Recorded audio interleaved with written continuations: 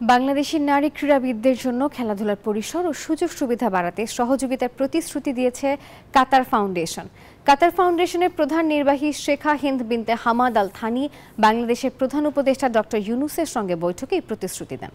বৈঠকে বাংলাদেশ জাতীয় নারী ফুটবল দলের অধিনায়ক আফিদা খন্দকার, ফুটবলার শাহিদা আক্তার রিপা, ক্রিকেটার সুমাইয়া আক্তার ও শারমিন সুলতানা উপস্থিত ছিলেন। তারা তাদের পেশাগত চ্যালেঞ্জ, সীমাবদ্ধতা ও স্বপ্নের কথা সরাসরি তুলে ধরেন শেখা হিন্দের কাছে।